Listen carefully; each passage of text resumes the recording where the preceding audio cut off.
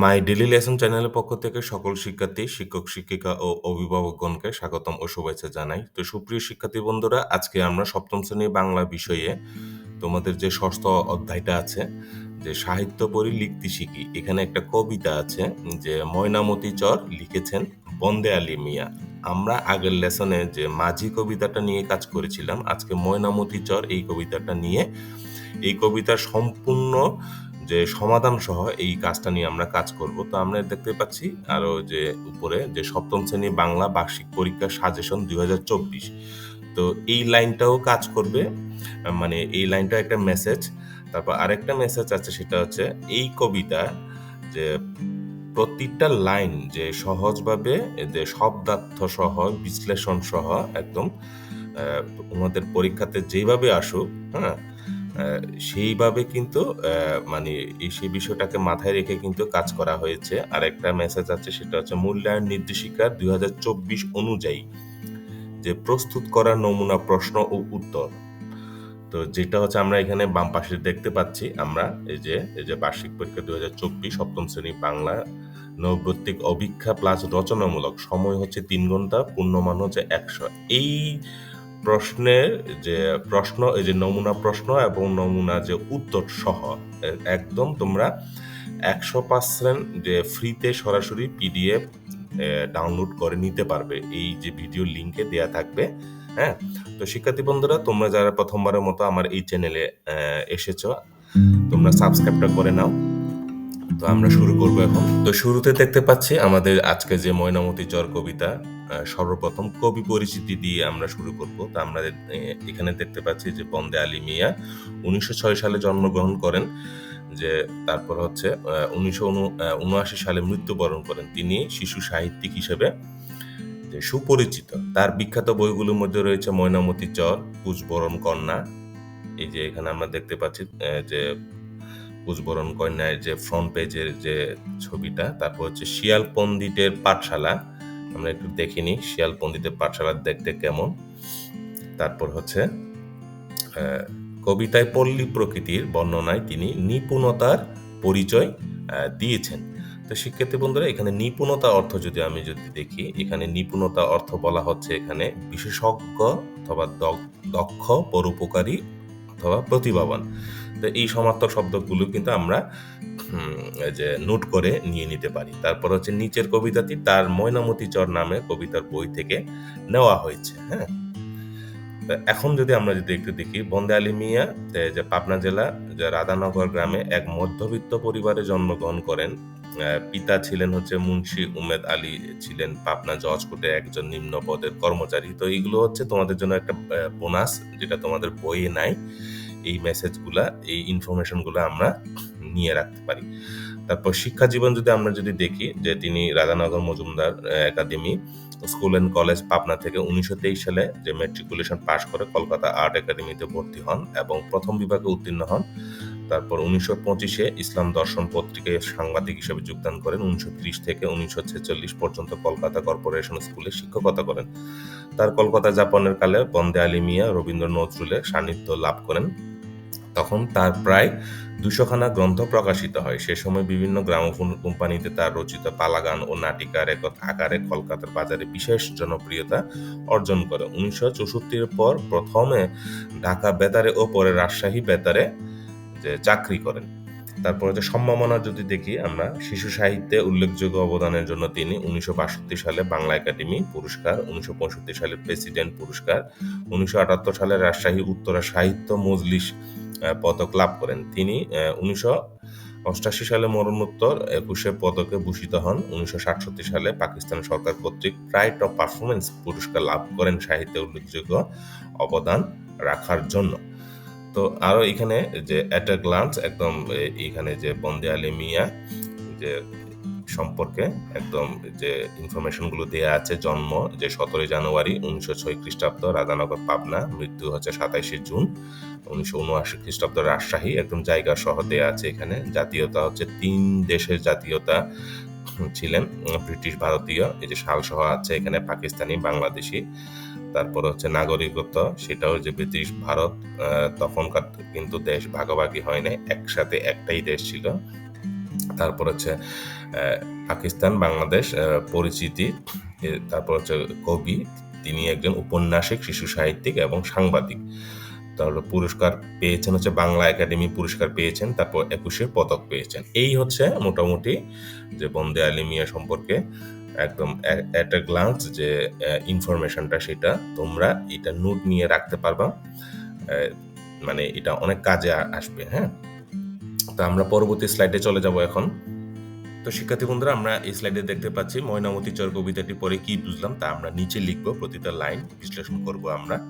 তো সর্বপ্রথম আমরা প্রথম 2 লাইন নিয়ে কাজ করব, যেখানে দেখতে পাচ্ছি আমরা ময়নামতি চর বন্দে আলী মিয়া, যেটা লেখা আছে প্রথম 2 লাইন।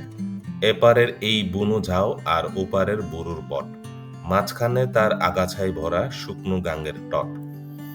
তো কবি এখানে এটা কি বলতে চেয়েছেন তার আগে যদি আমরা যে সংক্ষিপ্ত অর্থটা যদি আমরা দেখে নিই, বুনো ঝাউ বলতে বোঝাচ্ছে হচ্ছে অযত্নে বেড়ে উঠা ঝাউ গাছ, যা অগোছালো এবং অবহেলিত। তারপর এখানে এই লাইনে বুরুর বট বলতে বোঝানো হচ্ছে যে পুরনো ও যে বড় বট গাছ, যা অনেক দিন ধরে দাঁড়িয়ে আছে। তো আমরা এখানে ছবিতে আমি দেখার চেষ্টা করেছি, এখানে তোমরা একটা আইডিয়া পাবে। গাঙ্গের টট, এটার অর্থ হচ্ছে নদীর তীর, যা এখন শুকিয়ে গেছে এবং আগাছায় পূর্ণ। এখানে এই যে আমরা যে বাম পাশে নিচে একটা ছবি দেখতে পাচ্ছি আমরা, যে নদীর তীর, এখানে যে প্রচুর যে আগাছায় ভরা, এখানেও দেখতে পাচ্ছি আগাছায় ভরা, এই বিষয়টাকে বোঝানো হচ্ছে এখানে। তারপর এই 2টা লাইন যদি কবির বক্তব্য যদি সহজভাবে যদি বিশ্লেষণ করি, যেটা বলা হচ্ছে এখানে, এই কবিতায় কবি প্রকৃতির দুটি প্রান্তের চিত্র তুলে ধরেছেন। এক পাশে বুনো ঝাউ এবং অন্য পাশে হচ্ছে বুরুর বট গাছ। তবে এখানে মাঝখানে শুকনো ও আগাছাযুক্ত নদীর তীর রয়েছে। হ্যাঁ, তো কবি এই বর্ণনার মাধ্যমে প্রকৃতির যে অবস্থা এবং তার যে পরিবর্তনশীলতা তুলে ধরেছেন। এটির মাধ্যমে কবি একটি নির্জন, অযত্নিত যে পরিবেশের চিত্র তুলে ধরেছেন, যা সময়ের সাথে পরিবর্তিত হয়েছে এবং বর্তমানে তাতে এক ধরনের নিস্তব্ধতা ও অযত্নের ছাপ রয়েছে। এখন যদি আমরা পরের 2টা লাইন যদি দেখি, এরই উঁচু পারে নিত্য বিহানে লাঙল দিয়েছে চাষি, কুমিরের শ্বেতা পোহাইছে রোদ শুয়ে শুয়ে পাশাপাশি। তো এখানে প্রথমে আমরা শব্দের অর্থটা দেখে নিব, যে এরই উঁচু, এই অর্থটা বলতে বোঝানো হচ্ছে, তোমরা ছবিতে দেখতে পাচ্ছ যে নদীর পাড়ের উঁচু জমি, তারপর যেখানে নদীর ধারের যে মাটি উঁচু হয়ে রয়েছে। তারপর নিত্য বিহানে বলতে হচ্ছে প্রতিদিন সকালে, নিত্য মানে হচ্ছে প্রতিদিন, রোজ, বিহানে অর্থ হচ্ছে সকালে, অর্থাৎ প্রত্যেক দিনের যে শুরুতে। তো এখানে যদি আমরা কবির যে সংক্ষিপ্ত বিশ্লেষণটা যদি দেখি, আমরা কবিতার এই অংশে কবি গ্রামীণ জীবনের একটি সকালের চিত্র তুলে ধরেছেন। প্রতিদিন সকালে চাষিরা উঁচু জমিতে লাঙল দিয়ে চাষ করে এবং কুমিরেরা নদীর ধারে পাশাপাশি শুয়ে রোদ পোহায়। তো এই বর্ণনার প্রকৃতির সাথে মানুষের যে সহাবস্থান এবং জীবনযাত্রা যে একটা চিত্র, সেটা আমরা দেখতে পাচ্ছি এখানে ফুটে উঠেছে। তো এইখানে এই 2টা লাইনে যেটা বলতে চেয়েছেন হচ্ছে যে গ্রামে, মানে মানুষের যে বাংলাদেশের যে গ্রামের জীবন, হ্যাঁ, তো এখানে যে এক ধরনের যে একদম স্বাভাবিকতা ও প্রকৃতির সাথে যে মানুষের যে সম্পর্কের যে একটা চিত্রায়ন, সেটা কিন্তু ফুটে তুলেছে এখানে। তারপরে যদি আমরা লাইনে যদি চলে যাই, আমরা যদি দেখি যে কুলে কুলে যে চলে খরশোলা মাছ দাড়িকানা, যে পালে পালে, ছো দিয়ে তার একটারে ধরি গাংচিলে বসে ডালে, ঠোঁট চেপে ধরি আছাড়ি আছাড়ি নিস্তেজ করি তাই, মুরু পেটি যে লেজ ছিঁড়ি একে একে গিলিয়া গিলিয়া খাই। তো এখানে যেটা কুলে কুলে শব্দের অর্থ হচ্ছে নদীর তীরে। খরশোলা মাছ আমরা সবাই জানি, এটা নদীতে এক ধরনের ছোট মাছ। এখানে ছবিতে দেখতে পাচ্ছি এই যে শিক্ষার্থী বন্ধুরা, এটা হচ্ছে খরশোলা মাছ, ঝাঁকে ঝাঁকে পালে পালে করে তারা ঘুরে বেড়ায় পানিতে। দাড়িকানা মাছ বলতে এই যে একদম এখানে দেয়া আছে যে এই মাছটা দেখতে কেমন, এটাকে আমরা বলি দাড়িকানা মাছ। তো এটাও কিন্তু পালের মধ্যে চলা এক ধরনের মাছ, এরা কিন্তু পানিতে ঝাঁকে ঝাঁকে চলে। আর হচ্ছে পালে পালে বলতে বোঝানো হচ্ছে এখানে দল বেঁধে। তো এখানে আমরা যদি কবির যে বক্তব্যের যে বিশ্লেষণটা যদি আমরা দেখি, এখানে যে কবি যে গাংচিল, আমরা দেখতে পাচ্ছি গাংচিল হচ্ছে এক ধরনের পাখি, আমরা এখানে দেখতে পাচ্ছি যে পাখিটা যে শিকার করার দৃশ্য এখানে কিন্তু এই 4 লাইনে কিন্তু বর্ণনা করা হয়েছে, যেটা হচ্ছে নদীর ধারে যে খরশোলা এবং দাড়িকানা মাছের যে দল ঘুরে বেড়ায় ঝাঁকে ঝাঁকে, সেটা গাংচিল পাখি কিন্তু নদীর পাড়ে যে গাছের ঢালে বসে কিন্তু প্রথমে দেখে সেটা। তারপর হঠাৎ করে ছোঁ মেরে যে মানে যে গাঙচিল তার যে টার্গেট অনুযায়ী তারপর মাছটা ধরে ফেলে এবং সেটিকে একদম আছাড় দিয়ে নিস্তেজ করে ফেলে তারপর হচ্ছে মাছের মাথা, পেট এবং লেজ তখন তার মতো করে সে খেয়ে ফেলে। তো কবি এখানে যেটা বলা হচ্ছে যে প্রকৃতির যে একটা নিষ্ঠুর যে বাস্তবতাটাকে তুলে ধরেছেন, যেখানে যে পৃথিবীর সকল প্রাণীকুল যে বেঁচে থাকার জন্য তাদের যে এইভাবে করে তাদের কিন্তু শিকার করে তারা কিন্তু খেয়ে থাকে। হ্যাঁ, তা আমরা পরের লাইনে যদি দেখি, এখানে যেটা বলা হচ্ছে তারপর এরই কিছু দূরে এক পাল গরু বিচরিছে হেথা সেঠা, তারপর সিংহে মাটি মাখা দড়ি ছিঁড়ি সার চলে সে স্বাধীন যেটা। তো এখানে একটু মানে এরই কিছু দূরে মানে এখান থেকে কিছু দূরে এক পাল গরু মানে একদল যে গ্রামের যে গরু বিছড়িছে হেঁটা সেতে, হেঁটা সেতে মানে হচ্ছে এখানে সেখানে, হ্যাঁ, তো বিছড়িছে মানে হচ্ছে ছড়িয়ে ছিটিয়ে। শিংয়ে মাটি যে গরুর যে শিং আছে, হ্যাঁ, শিংয়ে মাটি মাখা দড়ি। আমরা একটু ছবিটা আমরা একটু যে ছবিটা দেখে তারপর কথা বললে আমরা আরো বেশি ক্লিয়ার হব। তো শিংয়ে মাটি বলতে বোঝাচ্ছে এই যে গরুর শিংয়ে যে মাটি লেগে আছে, তারপর হচ্ছে দড়ি ছিঁড়ি সার চলে সে স্বাধীন যাতা। তো মাঝে মাঝে হচ্ছে গরুরা তার যে গরু দিয়ে দড়ি দিয়ে যে বেঁধে রাখে সেই দড়িটা একদম ছিঁড়ে দিয়ে সে তার মতো করে স্বাধীনভাবে কিন্তু ঘুরে বেড়ায় আর কি। হ্যাঁ, তারপর মাথা নিচু করি কেহ বা জিমাই কেহ বা খেতেছে ঘাস। এখানে আমরা দেখতে পাচ্ছি অনেক গরু বসে বসে জিমাচ্ছে, কেউ বা ঘাস যে মনের মতো করে যে ঘুরে বেড়াচ্ছে। তারপর শুয়ে শুয়ে কেহ জাবর কাটিয়া ছাড়িতেছে নিঃশ্বাস। তো জাবর কাটা বলতে আমরা সবাই জানি গরু একসাথে যখন খেয়ে ফেলে তখন কিন্তু পরবর্তীতে কিন্তু তার মতো করে কিন্তু সে কিন্তু জাবর কেটে কিন্তু আস্তে আস্তে করে কিন্তু তার মতো করে কিন্তু পরবর্তীতে কিন্তু সে খেয়ে থাকে। তো এখানে যদি দেখি আমরা এই অংশে কবি গ্রামের একটি সাধারণ দৃশ্য তুলে ধরেছেন, যেখানে গরুর পাল মাঠে ঘুরে বেড়ায়। কিছু গরু মাথা নিচু করে জিমায়, কিছু গরু ঘাস খায়, কেউ বা শুয়ে যাবার কাটে, ধীরে ধীরে নিঃশ্বাস নিচ্ছে। একটি ষাঁড় দড়ি ছিঁড়ে স্বাধীনভাবে ঘুরে বেড়ানো, এই যে একটু আগে যেটা বললাম সেই বিষয়গুলো কিন্তু এখানে তুলে ধরেছেন। তো এখানে কবি গ্রামীণ জীবনের যে একটা শান্তিপূর্ণ এবং স্বাভাবিক চিত্র তুলে ধরেছেন। তো এটিও কিন্তু প্রাণীকুলের স্বাধীন ও উদ্বেগমুক্ত। উদ্বেগমুক্ত বলতে হচ্ছে কোনো ঝুঁকি নাই, কোনো ভয় নাই। তো এই ধরনের স্বাধীনভাবে জীবনের একটি প্রতিফলন, রিফ্লেকশনটা আমরা দেখতে পাচ্ছি, যেখানে তারা নিজেদের মতো করে জীবনযাপন করে। তো এখন আমরা যদি পরের যদি লাইনে যদি যাই, এখানে যদি দেখি আমরা যে গোচর পাখিরা ইহাদের গায়ে নির্ভয়ে চলে ফেরে, উকুন আঠালো ঠুকরিয়া খাই লেজের পালক নেড়ে। হ্যাঁ, তো এইখানে আমরা দেখতে পাচ্ছি যে গোচর পাখি, হ্যাঁ, বলতে এখানে কি বোঝানো হচ্ছে, এমন একটা পাখি বোঝানো হচ্ছে যারা গৃহপালিত বা মানুষ সহ অন্যান্য প্রাণী আশেপাশে ঘুরে বেড়ায়, তাদের শরীর থেকে উকুন বা অন্যান্য পরজীবী খেয়ে বেঁচে থাকে। তো গোচর শব্দের অর্থ হচ্ছে এখানে গৃহপালিত প্রাণী বা এমন প্রাণী যারা মাঠে বা চরাঞ্চলে ইচ্ছে মতো করে ঘুরে বেড়ায়। তো এই ধরনের পাখিরা তাদের যে গরুর পিঠে উপরে মানে এটা হচ্ছে একটা কমন একটা বাংলাদেশে একটা মানে দৃশ্য, আমরা সবাই জানি এটা। হ্যাঁ, তারপর হচ্ছে বক পাখিগুলো গোচর পাখি হয়েছে অংশীদার। তো বকও কিন্তু ব্যতিক্রম না, গোচর পাখির মতো। তা শালিক কেবলই করিছে ঝগড়া, কাজ কিছু নাই তার। তো এখানে কবি কি বলতে চেয়েছেন, গরুর সাথে পাখিদের একটা সম্পর্ক দৃশ্য কিন্তু তুলে ধরেছে এখানে আমরা যেটা দেখতে পাচ্ছি, যে গোচর পাখিরা গরুর গায়ে বসে নির্ভয়ে যে উকুন যে খায়, তারপর হচ্ছে তাদের লেজ নেড়ে চলছে। তো বক পাখিগুলো কিন্তু আমরা দেখতে পাচ্ছি এখানে যে যে ছবিতে বকও আছে, শালিক পাখিও আছে, গোচর পাখিরাও আছে এখানে। হুম, যে বক পাখিগুলো গোচর পাখিদের সাথে এই কাজে অংশীদার হয়েছে সেটা বলা হচ্ছে এখানে। শালিক পাখি, তবে শালিক পাখি কেবল ঝগড়া করছে, কাজের কোনো উদ্দেশ্য নেই তার। কবি এখানে প্রকৃতির নিরীহ সহাবস্থান ও সহযোগিতার চিত্র যে ফুটে তুলেছেন, যেখানে পাখিরা গরুর উপকার করছে, আবার কিছু পাখি নিষ্ক্রিয় থেকেও অযথা গোলমাল করছে। এটি একটি প্রকৃত বৈচিত্র্যময় আচরণের যে একটা প্রতিফলন এটা। হ্যাঁ, তো শিক্ষার্থী বন্ধুরা তোমরা বুঝতে পেরেছ যে এখানে যে 4 লাইন যে আমরা পড়লাম সেটা। এখন আবার পরবর্তী 4 লাইন যদি আসি, সেটা যে আমরা যদি প্রথমে যদি পড়ি, নতুন চরের পলি জমিটাতে কলাই বুনেছে যারা, আখের খামারে দিতেছে তারাই রাতভর পাহারা, ক্ষেতের কোনায় বাঁশ পুঁতে পুঁতে শূন্যে বেঁধেছে ঘর, বিচালি বিছাইয়ে রচেছে শয্যা বাঁশের বাখারি পর। হ্যাঁ, তো শিক্ষার্থী বন্ধুরা আমরা এখানে প্রতিটা লাইন বাই লাইন একটু আমরা যদি দেখি, নতুন চর, হ্যাঁ? এখানে নতুন চরের পল্লী। তো নতুন চরে কিন্তু পানি যখন আসে, যখন চলে যায় তখন কিন্তু একটা চর সৃষ্টি হয়। তো আমরা সবাই জানি চর কিভাবে, চর কিন্তু সারা জীবনে একরকম চিত্র থাকে না, হ্যাঁ? তো পানি যখন ভরে যায়, যখন চলে যায়, পানিটা খালি হয়ে যায়, তখন ওই চরের মধ্যে কি জমে? পলি। পলিটা কিন্তু খুব উর্বর একটা, হ্যাঁ? ওইখানে ওই জমি মাটিতে যখন যেটা তুমি ফলাবে, যেটা লাগাবে সেটা কিন্তু খুব সুন্দরভাবে কিন্তু ভালো কিন্তু হয়। তো এখানে বলা হচ্ছে কলাই বুনেছে যারা। তো কলাই হচ্ছে বাংলাদেশে এক ধরনের মটর ডাল, হ্যাঁ? যে ওইটাকে বলা হচ্ছে। তো মটর ডালের যে কলাই যে বুনছে তারা, যে নতুন চরের পলি জমিটাতে। আখের খামারে দিতেছে তারা রাতভর পাহারা, হ্যাঁ? তো আখের যে আখ যে খামার, সেখানে তারা কিন্তু রাতভর কিন্তু পাহারা দেয়।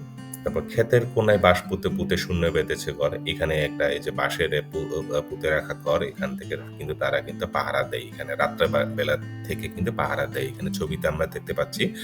তারপর বিচালি বিছাইয়ে রচেছে সজ্জা বাঁশের বাখারির পরে। এখানে হচ্ছে আমরা একটু দেখি, কলাই মানে হচ্ছে এক ধরনের মটর ডাল, বিচালি মানে হচ্ছে ধানের খড় বা শুকনো ঘাস। রচেছে বলতে হচ্ছে ব্যবস্থা করেছে, সাজিয়েছে। তো এই বিষয়টাকে বলা হচ্ছে। বাঁশের বাখারি বলতে বোঝানো হচ্ছে বাঁশ দিয়ে তৈরি কাঠামো বা মাচা। এটাকে বলা হয় এই যে বাঁশের তৈরি ঘর বা মাচাও বলে থাকি আমরা। সজ্জা মানে হচ্ছে ঘুমানোর জন্য তৈরি বিছানা, হ্যাঁ? তো প্রতিটা লাইন বা লাইন শব্দের আমরা বিশ্লেষণ করলাম। এখন যদি আমরা এখানে এই চাইল্ড লাইনে যদি আমরা যদি মানে শিক্ষার্থী বন্ধুরা একটা কি মেসেজ হচ্ছে, এখানে প্রতিটা লাইন বাই লাইন, প্রতিটা স্লাইডে আমি যে মানে এখানে তোমরা সারমর্ম, কবিতা সারমর্ম হিসেবে কিন্তু লিখতে পারবে। তারপর কবি এখানে কি বলতে চেয়েছেন এটাও লিখতে পারবে। তুমি তুমি এই ৪ লাইন কবিতা থেকে কি বুঝতে পেরেছো সেটাও তুমি এভাবে কিন্তু লিখতে পারবে। পরীক্ষাতে যেভাবে আসুক, তো এইজন্য আমি এখানে যদি দেখি, এই অংশে কবি গ্রামীণ কৃষকের জীবন ও তাদের রাতের পাহারা দৃশ্য তুলে ধরা হয়েছে। তারা যে নতুন চর, যে নদীর পাড়ের যে জমিটা চাষ করে মটর ডাল বুনেছে এবং আখের খামারে পাহারা দিচ্ছে। তারপর হচ্ছে ক্ষেতের কোণে বাঁশ পুঁতে পুঁতে যে উঁচুতে একটু উঁচু জায়গায় ঘর বেঁধেছে। তারপর হচ্ছে ধানের খড় বিছিয়ে সজ্জা তৈরি করেছে। এখানে উঁচু ঘরে তোমরা যদি কখনো কারো যদি অভিজ্ঞতা থাকে, এইখানে এই ঘরের ভিতরে ঢুকলে কিন্তু দেখতে পারবে এখানে যে একদম যে ধানের খড় বিছিয়ে সেখানে কিন্তু তারা কিন্তু ঘুমায়, হ্যাঁ? কবি এখানে কৃষকের পরিশ্রম, সজাগতা এবং তাদের জীবনযাপনের সরলতা ফুটিয়ে তুলেছেন। খামারে পাহারা দেওয়ার জন্য তারা অল্প কিছুর মাধ্যমে নিজেদের বিশ্রামের ব্যবস্থা করেছে, যা তাদের পরিশ্রমী জীবনের প্রতিচ্ছবি একটা সাক্ষী রাখে আরকি, হ্যাঁ? তো আমরা যদি পরের ৪ লাইনে যদি আসি, আমরা যদি এখানে একটু ছবিটা সহ একটু আমরা একটু রাখি যেন সবাই বুঝতে পারে। যে এমন শীতেও মাঝ মাঠে তারা খড়ের মশাল জ্বালি, হুম? তারপর হচ্ছে ঠকঠকে নেড়ে করিছে শব্দ, হাতে বাজাইছে তালি। তো উপার হইতে পদ্মা সাঁতারি বন্য বরাহ পাল, এপারে আসিয়া আখ খায় রোজ ভেঙে করে পয়মাল। পয়মাল অর্থ হচ্ছে আমরা দেখতে পাচ্ছি ধ্বংস করে দেয় যে আখের যে বাগানটা আছে তারা, এর জন্য কিন্তু রাতের বেলা পাহারা দিতে হয়। খড়ের মশাল মানে হচ্ছে অনেকক্ষণ জ্বালিয়ে রাখা যে খড়ের যে পুটলিটা আমরা সবাই জানি। ঠকঠকি মানে হচ্ছে চকমকি যে পাথর, এটা দিয়ে কিন্তু তারা কিন্তু শব্দ করে যেন বিভিন্ন পশু পাখিরা ভয়ে যেন পালিয়ে যায়। তো বরাহ পাল বলতে বোঝানো হচ্ছে, এখানে আমরা দেখতে পাচ্ছি ছবিতে শূকরের যে পালটা। তো এখানে যদি আমরা যদি দেখি যে একদম তোমাদের যে এই ৪ লাইন হইতে যদি পরীক্ষা যদি আসে যে তোমরা এই ৪ লাইন থেকে তোমরা কি বুঝেছে, অথবা কবি এখানে কি বলতে চেয়েছেন, অথবা সারমর্ম যদি পরীক্ষা লিখতে দেয়া হয় তাহলে আমরা এইভাবে লিখতে পারি যে এই অংশে কবি শীতের মাঝে একটা গ্রামীণ জীবনের একটা চিত্র তুলে ধরা হয়েছে। যে কৃষকরা এখানে শীতের ঠান্ডা থেকে রক্ষা পেতে মাঠে যে খড়ের মশাল জ্বালাচ্ছে, তারপর হচ্ছে ঠকঠকি শব্দ করে তালি বাজাচ্ছে। তারপর হচ্ছে পাশাপাশি পদ্মা নদী থেকে আসা যে বন্য শূকরের দল এপারে এসে আখ খাচ্ছে এবং আখের ক্ষেত নষ্ট করছে। কবি এখানে কৃষকদের পরিশ্রম এবং বন্যজীব জন্তুর ক্ষতির চিত্র তুলে ধরেছেন। এটি গ্রামীণ জীবনের কঠিন একটা বাস্তবতার চিত্র, প্রকৃতির সাথে মানুষের সম্পর্কে একটা যে প্রতিফলন এইখানে আমরা দেখতে পাচ্ছি।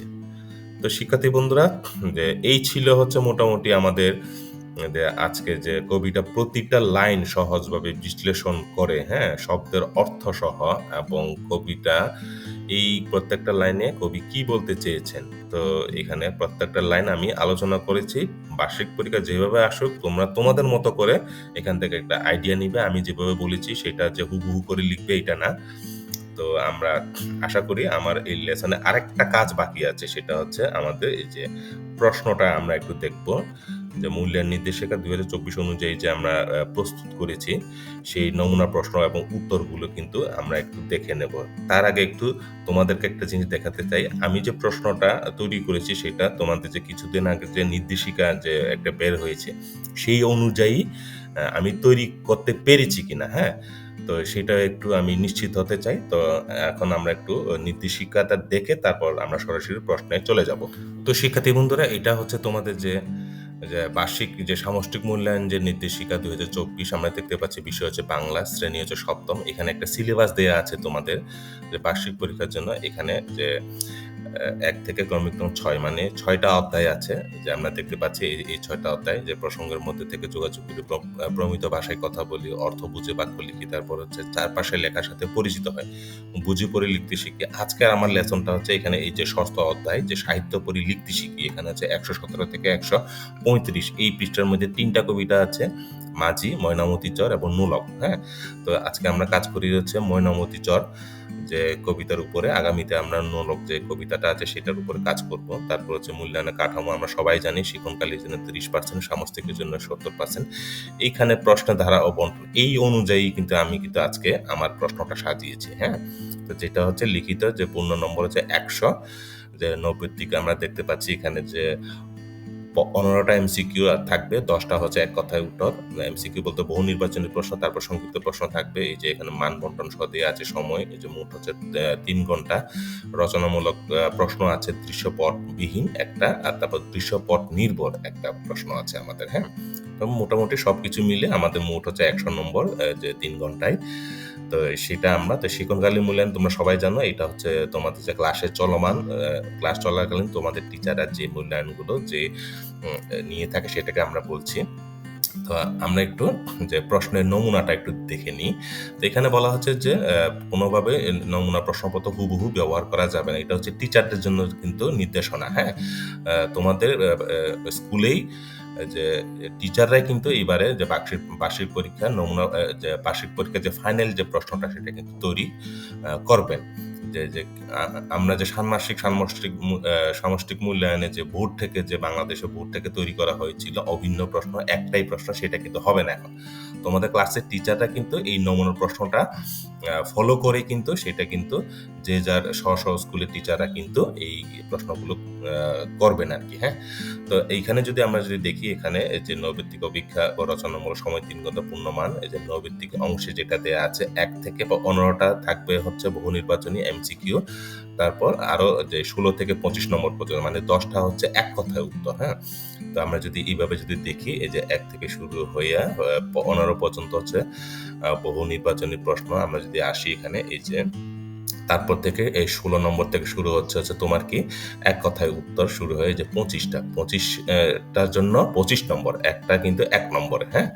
তো সেভাবে আমরা কিন্তু যে আজকে আমি এইভাবে কিন্তু তৈরি করেছি। এই যে এক কথায় উত্তরগুলো কিন্তু এই প্রশ্নে অ্যা একটাই কিন্তু এক কথায় উত্তর, বেশি লেখার দরকার নেই। যেহেতু ১ মার্কে আমাদের, হ্যাঁ? তারপর যদি দেখি আমাদের পরবর্তী পার্টে হচ্ছে রচনামূলক অংশ, যেখানে মান হচ্ছে ৭৫। এখানে সংক্ষিপ্ত উত্তর, প্রত্যেকটা উত্তর হচ্ছে ২, হ্যাঁ? ২ নম্বর পেতে হলে আমাদের কিন্তু মিনিমাম ২ থেকে ৩ লাইন কমপক্ষে কিন্তু লিখতে হবে। তো এটা আমাদের ১০টা এরকম সংক্ষিপ্ত প্রশ্ন আছে, হ্যাঁ? তারপর যে দৃশ্যপটবিহীন যে রচনামূলক প্রশ্নটা, যেটা প্রত্যেকটা প্রশ্নের মান হচ্ছে ৫ নম্বর। এখানে তোমার ৫ টা দেয়া থাকবে, এখান থেকে তোমার ৩ টা লিখতে হবে, হ্যাঁ? এটা হচ্ছে দৃশ্যপটবিহীন বলতে মানে কোনো কিছুকে যে প্রেক্ষাপট মানে দেয়া থাকবে না এখানে। মানে এখানে সরাসরি যেটা আছে সেটার উপর বেস ধরে কিন্তু আমাদেরকে এখানে লিখতে হবে। তো এটাও কিন্তু একটা বিষয়। তারপর হচ্ছে একটা দৃশ্যপট নির্ভর একটা আছে। ৫ টা প্রশ্নের উত্তর দিতে হবে। ৫ টাই দেয়া থাকবে এখানে। তো এই যে ১৬, ১৭ নম্বর, তারপর ১৮ নম্বর করে এখানে একদম ২০ পর্যন্ত আমরা এখানে দেখতে পাচ্ছি। এইটা হচ্ছে মোটামুটি তোমাদের আজকের যে প্রশ্নের যে নমুনাটা, হুম? তো সেটা এখন আমি সরাসরি আমি কি তৈরি করতে পারলাম অথবা আমি কি তৈরি করতে পেরেছি সেটা আমি একটু দেখাই। তো শিক্ষার্থী বন্ধুরা আমরা দেখতে পাচ্ছি এটা হচ্ছে নমুনা প্রশ্ন। আমি ২ টা কাজ করেছি। একটা নমুনা প্রশ্ন আর একটা ফাইল আছে। তোমাদের সেটা হচ্ছে নমুনা উত্তর। এই ২ টা ফাইল তোমরা ১০০% ফ্রিতে ডাউনলোড করে নিতে পারবে আমার এই চ্যানেল থেকে। হুম? তো এই নমুনা প্রশ্ন যদি দেখি এখানে এইটা হচ্ছে সম্পূর্ণ অধ্যায়টা হচ্ছে 'ময়নামতি চর' কবিতা থেকে কিন্তু আমি সবগুলো প্রশ্ন কিন্তু আজকে ১০০ মার্কে কিন্তু করার চেষ্টা করেছি। এখানে অনেক মোটামুটি আমি চেষ্টা করেছি আমার এন্ড থেকে যে সর্বোচ্চ যে চেষ্টাটা করে কাজটা করা। তো এখানে বার্ষিক পরীক্ষা ২০২৪ সপ্তম শ্রেণী বাংলা নৈর্ব্যক্তিক যে অভিক্ষা হুবহু ওইভাবে কিন্তু রেখেছি আমি। যে প্লাস রচনামূলক প্রশ্ন, সময় ৩ ঘন্টা, পূর্ণমান হচ্ছে ১০০। এখানে নৈর্ব্যক্তিক অংশে আমরা দেখতে পাচ্ছি যে মান হচ্ছে ২৫ টা। যে ইনস্ট্রাকশনটা হুবহু তোমাদের যে মূল্যায়ন নির্দেশিকা অনুযায়ী সেভাবে লেখার চেষ্টা করেছি আমি। এখানে দেখতে পাচ্ছি যে বন্দে আলী মিয়া কোন বছর জন্মগ্রহণ করেন, কবি পরিচিতি থেকেও কিন্তু তোমাদের পরীক্ষা কিন্তু আসবে। তো এখানে কবি পরিচিতি থেকে আমি মোটামুটি ১, ২, ৩, ৪, ৫ টা নিয়ে এসেছি আমার। যেহেতু আমাকে এই যে বন্দে আলী মিয়া কোন ক্ষেত্রে বিশেষ পরিচিত, তারপর হচ্ছে বন্দে আলী মিয়া মৃত্যুবরণ করেন কবে, তারপর 'ময়নামতি চর' কবিতার প্রধান বিষয় কি? এখান থেকে শুরু হচ্ছে যে কবিতার পাঠের যে বিষয়টা ৬ টা। তারপর আমরা যদি দেখি এখানে এভাবে করে আমরা মোটামুটি ২৫ এই যে এখানে একটা যে এখানে তোমরা কিন্তু একটু তোমাদের মূল্যায়ন নির্দেশিকা যে নমুনা প্রশ্নটা আছে সেখানে কিন্তু দেখবা তোমরা এখানে যে বহু নির্বাচনী প্রশ্ন মানে এমসিকিউ প্রশ্নতে এই ধরনের একটা প্রশ্নের যে দেয়া থাকে নিচের কবিতা অংশটি পরে পরবর্তী প্রশ্ন দুটি উত্তর দাও। আমিও ঠিক একইভাবে কিন্তু রেখেছি যে এখানে ৪টা কবিতা লাইন দেয়া আছে। এখান থেকে তোমার এই যে ১৪ নম্বর এবং ১৫ নম্বর, হ্যাঁ? যেহেতু এখানে বলা হচ্ছে যে দুটি পরে এই কবিতাংশটা পরে পরবর্তী দুটি প্রশ্ন সুতরাং এই কবিতাংশের সাথে তোমার পরবর্তী কিন্তু কি থাকবে? দুটি প্রশ্ন কিন্তু উত্তর দিতে হবে। এই যে ১৪ এবং ১৫ যে উপরের কবিতাংশে ভাবটি নিচের কোন কবিতার ভাবের সাথে সাদৃশ্যপূর্ণ, হ্যাঁ? নোলক নাকি যে ময়নামতি চর নাকি মাঝি নাকি ছিন্নমুখো, হ্যাঁ? তারপর হচ্ছে এই যে উপরের কবিতাংশে ভাবের সাথে মিল রয়েছে যে চরণে। ঠিক একইভাবে কিন্তু আমি ওই প্যাটার্নটা তোমাদের যে মূল্যায়ন নির্দেশিকা যে নমুনা প্রশ্নের প্যাটার্নটা সেভাবে রাখার চেষ্টা করেছি। তারপর ১৬ থেকে শুরু হচ্ছে তোমার এক কথায় উত্তর। আমরা এখানে দেখতে পাচ্ছি বন্দে আলী মিয়া কোন ধরনের সাহিত্যিক ছিলেন, ময়নামতি চর কোন ধরনের বই, বন্দে আলী মিয়া বিখ্যাত একটি বইয়ের নাম থেকে শুরু করে এই যে কোন পাখি গরুর গায়ে বসে উকুন খায়, মানে এক কথায় উত্তর, এক কথায় প্রশ্ন এক কথায় উত্তর। তারপর হচ্ছে ২৫ নম্বর দেখতে পাচ্ছি আমরা আখের খামারে পাহারাদার কারা। তারপর এভাবে ২৫টা শেষে তোমার শুরু হচ্ছে এবার রচনামূলক পার্টের যে প্রশ্নটা মান হচ্ছে ৭৫। এখানে প্রত্যেকটা প্রথমে যে তোমার যে সংক্ষিপ্ত প্রশ্নটা এখানে সংক্ষিপ্ত প্রশ্ন হচ্ছে মোট ১০টা, হ্যাঁ? ১০ দুগুণ ২০। প্রত্যেকটা সংক্ষিপ্ত প্রশ্ন কি তোমার ২ নম্বর করে, হ্যাঁ? তো এখানে আমরা দেখতে পাচ্ছি যে বক পাখিগুলো গোচর পাখি হয়েছে অংশীদার বলতে কবি কি বুঝিয়েছেন? তো এই যে সংক্ষিপ্ত এই টাইপের হচ্ছে ১০টা। তারপর আমরা যদি দেখি দৃশ্যপটবিহীন মানে কোনো দৃশ্য থাকবে না এখানে, মানে কোনো কিছুকে বেস ধরে লেখা হবে না। এই ধরনের প্রশ্ন থাকবে হচ্ছে তোমার ৫ টা থাকবে। এই যে আমি কিন্তু ৫ টা কিন্তু তৈরি করেছি এখানে। ৫ টা কি?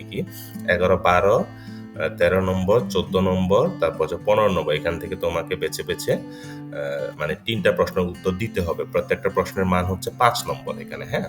তো আমি এভাবে লেখার চেষ্টা করেছি যে 'ময়নামতি চর' কবিতা অধ্যায় থেকে নিচের শব্দগুলো থেকে শব্দের প্রমিত রূপ বের করে একটি করে বাক্য লিখো। যে বিহানে, ধরি, আছাড়ে, ঠুকরিয়া রচেছে। তারপর হচ্ছে এখানে একটা জ্যোতির্চিহ্ন একটা ব্যবহার আমি রাখার চেষ্টা করেছি, হুম? তারপরে যেখানে আরেকটা প্রশ্ন আছে, তোমার ছোট ভাইকে কবিতা আবৃত্তি করার প্রতি গুরুত্বারোপ করে একটি পত্র লেখো। লেখার সময় চিঠির বিবিচ্য বিষয়গুলো খেয়াল রাখতে হবে। তোমাদের যে মূল্যায়ন নির্দেশিকায় কিন্তু এই টাইপের কিন্তু প্রশ্ন আছে কিন্তু, হ্যাঁ? তো তারপর হচ্ছে এখানে সপ্তম শ্রেণী একজন শিক্ষার্থী মনে করো তো একটা বার্ষিক ক্রিয়া অনুষ্ঠান হবে। সেখানে কবিতা আবৃত্তি একটা প্রতিযোগিতা। যেহেতু আমরা কবিতা পাঠ নিয়ে কাজ করছি আজকে, তো এই বিষয়টা কিন্তু এখানে চেঞ্জ করে আমি কবিতাটা নিয়ে আসছি। তো উক্ত অনুষ্ঠানে কবিতা আবৃত্তি প্রতিযোগিতায় শিক্ষার্থীদের অংশগ্রহণের জন্য একটা নোটিশ তৈরি করতে হবে। মনে রাখবেন নোটিশে যেন বিস্তারিত উল্লেখ থাকে। তো শিক্ষার্থী বন্ধুরা তোমরা আমার এই প্রশ্নের প্যাটার্নটা প্রয়োজনে তোমরা কিন্তু ক্রস চেক করতে পারো যে আমি ঠিকভাবে করতে পেরেছি কিনা, হ্যাঁ? যদি কোনো জায়গায় যদি ফিডব্যাক থাকে অবশ্যই তোমরা কিন্তু আমাকে ফিডব্যাক দিবে যেন পরবর্তী লেসনটা আমি ওইভাবে মাথায় রেখে কিন্তু কাজ করতে পারি, হ্যাঁ? তো তারপরে দেখতে পাচ্ছি আমরা ১৫ নম্বর প্রশ্ন হচ্ছে কবিতা মানুষের জীবনে কিভাবে প্রভাব ফেলে, কবিতার মাধ্যমে আমাদের ভাবনাগুলো কিভাবে প্রকাশ পায়। তো এই বিষয়গুলো কিন্তু আমি মোটামুটি চেষ্টা করেছি। তারপরে যে রচনামূলক প্রশ্ন আছে ৫ টা প্রশ্ন থাকবে, ৫ টাই কিন্তু দেয়া লাগবে এখানে। যেটাকে বলছে দৃশ্যপটবিহীন। মানে কোনো কিছু দেখে তারপর উত্তর দিতে হবে। তো এখানেও ঠিক একই রকম তোমাদের প্রশ্নের প্যাটার্ন অনুযায়ী কিন্তু আমি কিন্তু সাজিয়েছি এটা। এই যে ৪ লাইন প্রশ্নটা নিচের কবিতা অংশ পড়ে নিম্নোক্ত প্রশ্নের উত্তর দাও। ৪ লাইন পরে তোমাকে এই যে ক, খ এই যে প্রশ্নের উত্তর দিতে হবে, যেখানে প্রত্যেকটা প্রশ্নের মান হচ্ছে ৪ নম্বর করে, হ্যাঁ? উপরে কবিতাংশে ময়নামতি চর কবিতার যে সাদৃশ্য রয়েছে তা ব্যাখ্যা করো। তারপর হচ্ছে এই যে ময়নামতি চর কবিতার সাথে তোমার জীবনের চারপাশে কোনো মিল খুঁজে পাও কিনা। এই টাইপের প্রশ্ন মোটামুটি এই যে আমরা দেখতে পাচ্ছি। তোমাদের ময়নামতি কবিতার প্রত্যেকটা যে লাইন থেকে আমি কিন্তু চেষ্টা করেছি এইভাবে কাজটা করা। হুম? তারপর এই যে সর্বশেষ যেটা দেখি আমরা যে নিচের কবিতাংশটা পড়ে নিম্নোক্ত প্রশ্নের উত্তর দাও। এখানে যে ৪ টা লাইন কবিতা লাইন দিয়ে আছে। উপরে কবিতাংশ কবিতার যে বৈশিষ্ট্য বিদ্যমান তা ব্যাখ্যা করো। তো কবিতাংশের ভাবনার সাথে তোমার জীবনের বা চারপাশে যে মিল রয়েছে তা যে বিশ্লেষণ করতে বলা হয়েছে। তো এইটা হচ্ছে তোমাদের নমুনা প্রশ্ন একদম এখানে শেষ হচ্ছে। হ্যাঁ? তার মানে হচ্ছে ২০ টা প্রশ্ন থাকবে, হ্যাঁ? তো ২০ টা প্রশ্নে ১০০ নম্বরে। তো এটা হচ্ছে নমুনা প্রশ্ন। তোমরা একদম 100% ফ্রিতে তোমরা আমার ভিডিও লিঙ্ক থেকে ডাউনলোড করে নিতে পারবে। তো শিক্ষার্থী বন্ধুরা, আমার যে পরবর্তী যে বিষয়গুলো আছে, সাবজেক্টগুলো আছে, আমি কথা দিলাম একদম মানে আমরা অনেক জায়গায় বিভিন্ন ওয়েবসাইটে যদি দেখি যে মানে এখানে টাকা চাওয়া হয় যে তোমরা বিকাশ করো, অথবা যদি এই প্রশ্নের যে উত্তরটা যদি পেতে চাও তাহলে তোমরা এই গ্রুপে জয়েন করো, হ্যাঁ? অথবা তোমরা যদি এই প্রশ্নের উত্তর প্রশ্নসহ উত্তরটা যদি পেতে চাও তাহলে মানে এই ধরনের একটা টাকার বিনিময়ে যে মানে আমরা সবাই না, কেউ কিছু আমরা মানে এটা দেখতে পাচ্ছি যেটা কিন্তু আমাদের একান্তভাবে কিন্তু কাম্য না এটা, হ্যাঁ? তো শিক্ষার্থী বন্ধুরা, আমি ওই দিকটা আমি মানে বিষয়টা আমি কথা দিলাম। আমি কোনো লেসন আমি আমার কোয়ালিটি দিক দিয়ে মান থেকে শুরু করে আমি যথাযথ বজায় রাখার চেষ্টা করব, এবং তোমরা একদম ফ্রিতে এখান থেকে কিন্তু তোমরা ডাউনলোডটা করে নিতে পারবে। তো শিক্ষার্থী বন্ধুরা, আমরা এবার একটু দেখে নেব যে নমুনা যে উত্তরটা, হ্যাঁ?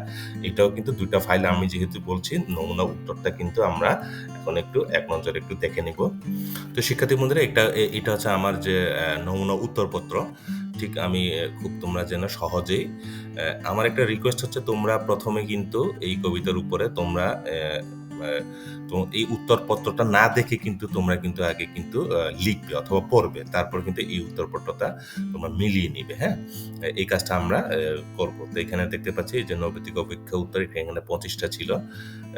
এখানে আমরা দেখতে পাচ্ছি এই যে একদম ১৫ পর্যন্ত হচ্ছে যে এমসিকিউ, তারপর ১৬ থেকে ২৫ পর্যন্ত হচ্ছে এক কথা উত্তর সহ সবকিছু আমি দেয়ার চেষ্টা করেছি। হুম? তারপর যদি দেখি আমরা একদম এই যে সংক্ষিপ্ত প্রশ্ন উত্তরগুলো কিন্তু এখানে এই যে আমি এখানে দেয়ার চেষ্টা করেছি। এখানে বক পাখিগুলো কুচুর পাখি হচ্ছে অংশীদার বলতে কবি কি বুঝেছে, এই যে উত্তরগুলো তুমি দেখতে পাচ্ছ এখানে। তারপর এইভাবে করে কিন্তু আমাদের যে ১০ টা যে সংক্ষিপ্ত প্রশ্ন আছে, প্রত্যেকটা প্রশ্নের যে ২ নম্বর। তারপর হচ্ছে আমরা যদি দেখি রচনামূলক প্রশ্ন যদি দৃশ্যপটবিহীন, হ্যাঁ? যে এই মানে এখানে ৩ টা প্রশ্ন দিতে হবে, ৫ টা দেয়া থাকবে। এখানে কিন্তু সুন্দর করে কিন্তু উত্তরগুলো কিন্তু আমি কিন্তু এখানে দিয়ে দিয়েছি আরকি, হ্যাঁ? তারপর যদি আসি আমাদের যে তোমাদের যে এখানে একটা বিষয় আমি আরেকটা জিনিস দেখাই, রচনামূলক প্রশ্ন এটা হচ্ছে দৃশ্যপটবিহীন। এবার হচ্ছে দৃশ্যপট নির্ভর যে ৫ টা প্রশ্ন আমার দেয়া থাকবে, সেটা আমি যাই নিচে আস্তে করে যদি আসি। তো শিক্ষার্থী বন্ধুরা, এখানে তোমরা দেখতে পাচ্ছ যে রচনামূলক প্রশ্ন দৃশ্যপটবিহীন নির্ভর। এটা কিন্তু টাইপে ভুল হয়ে গেছে আমাদের। এখানে হবে দৃশ্যপটবিহীন নির্ভর হবে না। এটা হবে হচ্ছে দৃশ্যপট নির্ভর হবে, হ্যাঁ?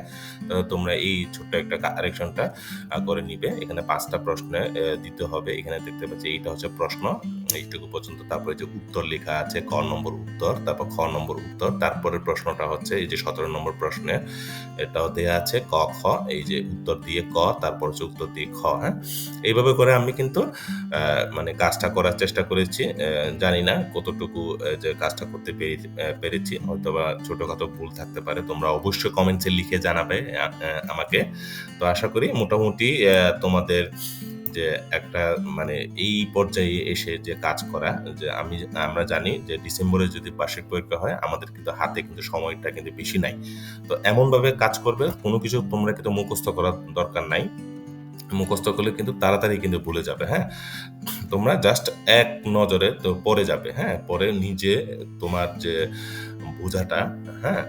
চিন্তা করবে। মানে কবিতা পড়লে কি হয়? মানুষের একটা কল্পনা করতে হয়। এই লাইনের কবিতাটা কবি যখন লিখেছেন তখন কি, কি চিন্তা করে লিখেছেন, হ্যাঁ? এই বিষয়টা আ মাথায় রেখে তোমরা কিন্তু অবশ্যই এই বিষয়গুলো আ মনে রাখবে, এবং আমিও আশাবাদী যে তোমাদের বার্ষিক পরীক্ষাটা যেন অবশ্যই ভালো হয়। তো আজকে এই পর্যন্ত। সবাই অবশ্য ভালো থাকবে। অসংখ্য ধন্যবাদ।